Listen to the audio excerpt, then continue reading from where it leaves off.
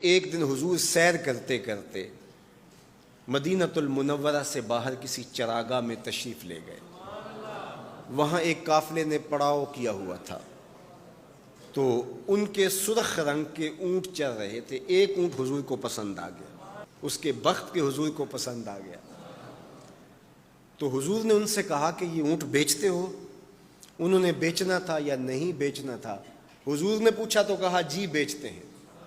یا پھر مجھے اپنے شیخ یاد آئے، وہ کہتے ہیں میں دل ویچاں میں جگر ویچاں جے پیارا محمد آ جاوے، نہیں میں اپنا سارا گھر ویچاں جے پیارا محمد آ جاوے۔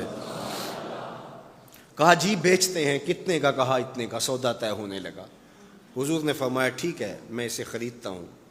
جو قیمت طے ہوئی، فرمایا کہ میں کوئی تاجرانہ غرض سے تو چل کے آیا نہیں تھا کہ قیمت ساتھ اٹھا لاتا، میں تو سیر کے لیے آیا، اچانک اونٹ پسند آ گیا تو میں اپنے شہر جا کے اس کی قیمت تمہیں بھیج دیتا ہوں۔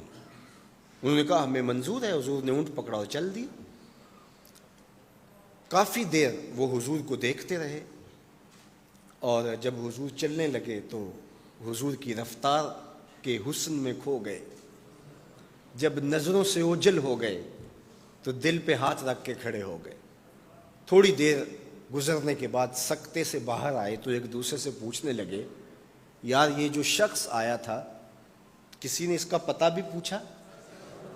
کسی کو ادھار سودا دیا جاتا ہے تو آپ اسے جانتے ہوتے ہیں تبھی دیتے ہیں نا، یا درمیان میں کوئی ضامن ہو، یا پھر وہ کوئی شے گروی رکھ دے تو اس کے عوض میں آپ سودا دے دیتے ہیں، اور نقد دیں تو آپ کو ان چیزوں کی ضرورت نہیں ہوتی۔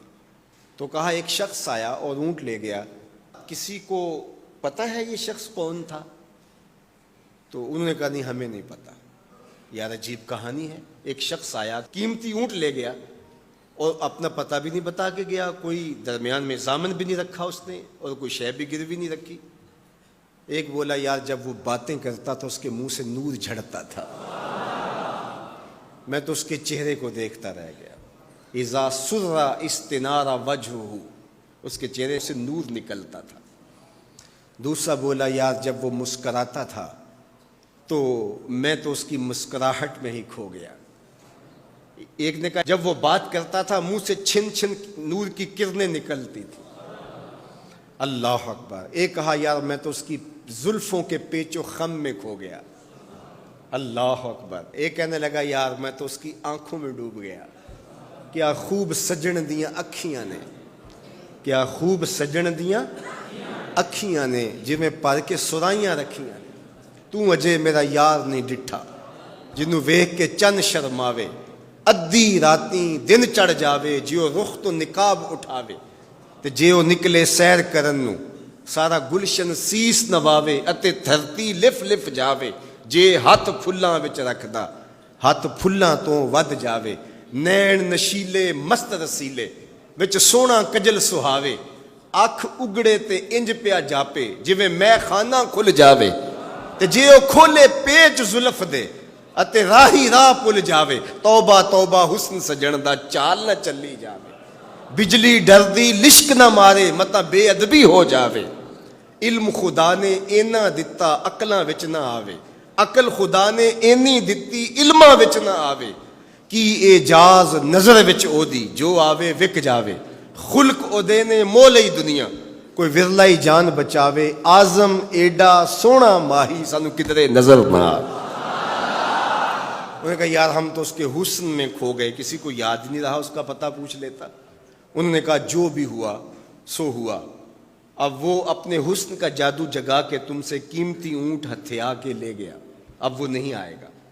تو جب انہوں نے یہ کہا نا اونٹ ہتھیا کے لے گیا، امام زرقانی نے لکھا ہے باقی لوگوں نے بھی کہ اب تک خاموش بیٹھی قافلے کے سردار کی بیوی نے خیمے کا پردہ سرکایا، اور جنہوں نے کہا وہ اونٹ ہتھیا کے لے گیا ان سے مخاطبت کرتے ہوئے اس نے کہا انا ضامنۃ لسامان جمالکم لا یغدر بکم، اگر وہ پیسے دینے نہ آیا تو میں ضامنہ ہوں، مجھ سے پیسے لے لینا۔ اچھا تو جانتی ہے اسے؟ کہا اللہ میں بھی نہیں جانتی۔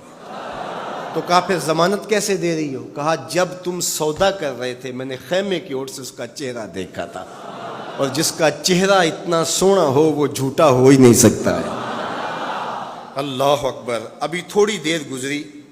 فلما کان العشاء اتانا رجل فقال انا رسول اللہ صلی اللہ علیہ وسلم الیکم ھذا تمرکم وکلوا واشبعوا واقتالوا واستوفوا.